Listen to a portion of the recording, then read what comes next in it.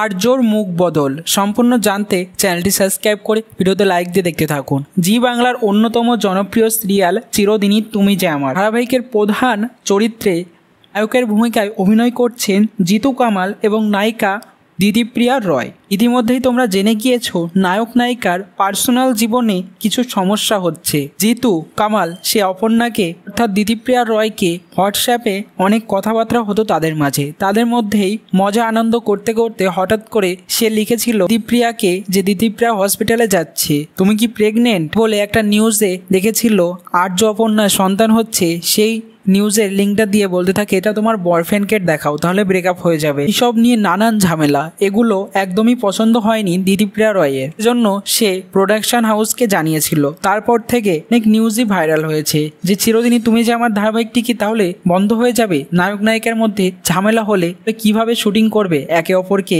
সারাদিন দেখে। ইতিমধ্যেই নায়ক জিতু কামাল নিজের ফেসবুক পেজে সব হোয়াটসঅ্যাপের কথাবার্তা স্ক্রিনশট করে পাঠিয়েছে। এদিকে দিতিপ্রিয়া রয়ও নিজের কথা লিখছে তার ফেসবুকে। একে অপরের প্রতি আক্রমণ লেগেই আছে। তাহলে কি এবার মুখ বদল হয়ে যাবে চিরদিনই তুমি যে আমার ধারাবাহিকের আর্যর আর অপর্ণার?